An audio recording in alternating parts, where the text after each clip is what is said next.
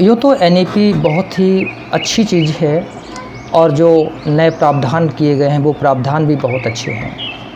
लेकिन अगर हम ध्यान से देखें तो न्यू एजुकेशन पॉलिसी भी पुरानी पॉलिसीज़ की तरह ही परीक्षा के कबाड़ से बच नहीं पाई है।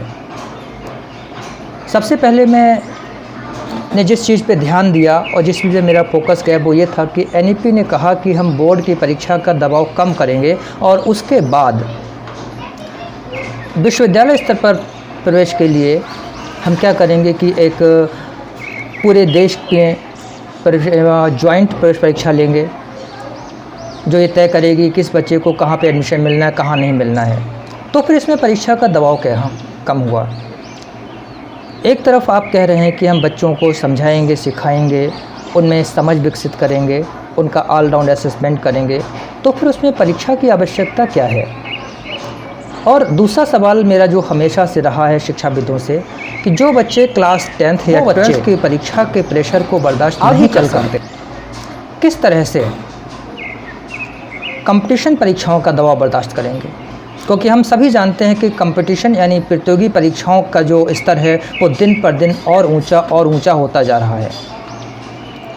इसलिए या तो बोर्ड को ख़त्म कर दीजिए या फिर 12th के बाद जो आप एक कंबाइंड एग्ज़ाम लेना चाह रहे हैं उस एग्ज़ाम को भी ख़त्म कर दीजिए, उसकी कोई आवश्यकता नहीं है। बोझ तो वही रहा ना कि इस परीक्षा या उस परीक्षा। आप कैसे मान सकते हैं कि जो बच्चा क्लास 12th में बोर्ड के प्रेशर को बर्दाश्त नहीं कर पा रहा है वही परीक्षा देने के 1 या 2 महीने के बाद इतना परिपक्व हो जाएगा कि वो एक राष्ट्रीय स्तर की प्रवेश परीक्षा का सामना कर पाएगा। नहीं, मैं इस बात से बिल्कुल भी सहमत नहीं हूँ।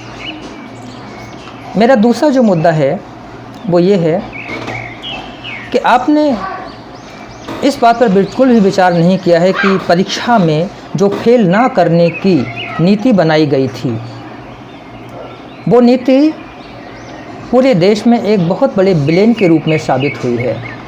क्योंकि फेल ना होने का मतलब ये हुआ कि जो बच्चे नहीं पढ़ना चाहते हैं वो बच्चे बिल्कुल नहीं पढ़ते हैं, बल्कि जो पढ़ने वाले बच्चे थे वो भी बिल्कुल पढ़ना नहीं चाहते हैं। कारण ये है कि उन्हें पता है कि हमारे 0 मार्क्स होंगे, हम तब भी पास हो जाएंगे।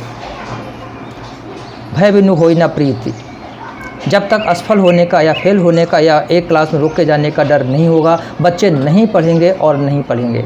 आप कितना ही ढिंढोरा पीट लीजिए कि आप बच्चों का दबाव कम करना चाहते हैं। ये कहाँ का न्याय है कि वो बच्चे जो दिन में 6 से लेकर 10 घंटे तक पढ़ने के बाद परीक्षा देंगे वही पास हो जाएंगे और जो बिल्कुल नहीं पढ़ेंगे वही पास हो जाएंगे।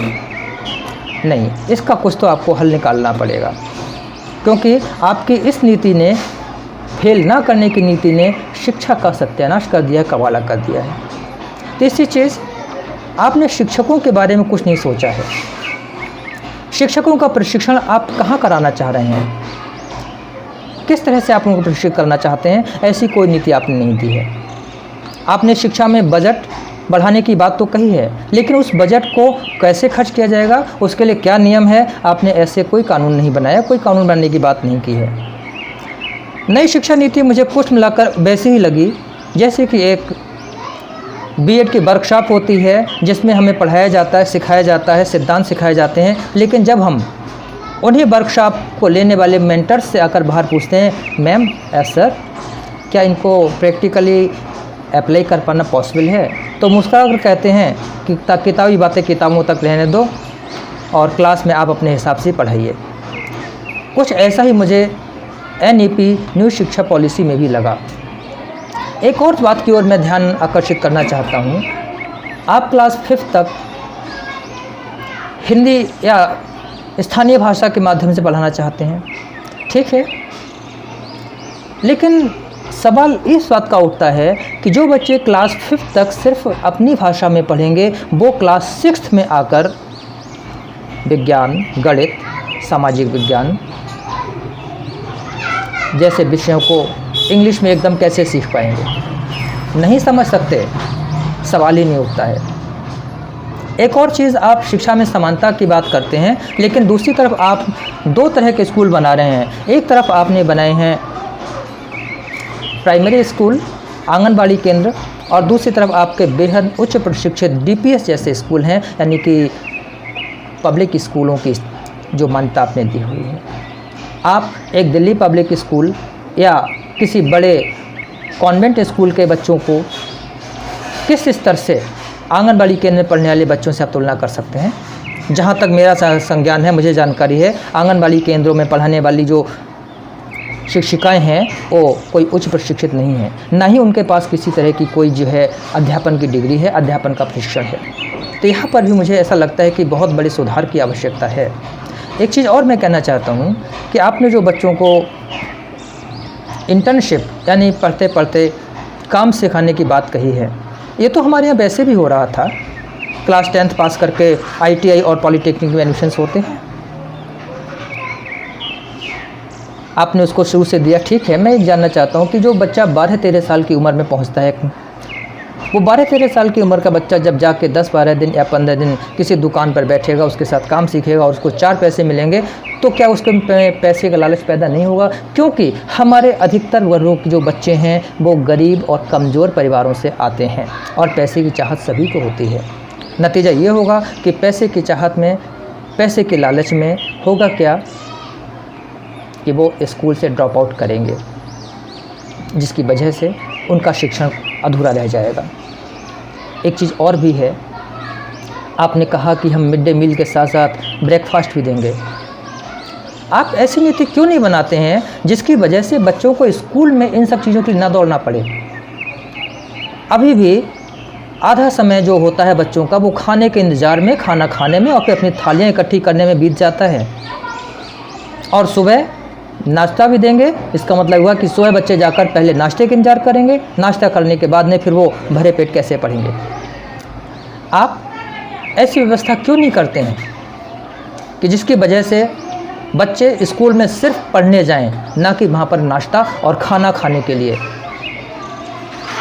एक और चीज़ की ओर मैं ध्यान आकर्षित करना चाहूँगा कि शिक्षक प्रशिक्षण की ओर आप ध्यान दे रहे हैं कि आप 4 साल का B.Ed करेंगे, that is really a good thing. But जो प्रेजेंट में आपके शिक्षक हैं, जिनमें से एक बहुत बड़ा परसेंटेज ऐसा जिन शिक्षकों को किसी भी तरह से हम शिक्षक होने के योग्य नहीं समझते हैं, और इस तरह के खबरें, इस तरह के लाइव शो अक्सर मीडिया में चलते रहते हैं कि शिक्षकों को जनवरी फरवरी छोड़िए, शुद्ध हिंदी का पूजने और ज्ञान लिखना भी सही से नहीं आता है।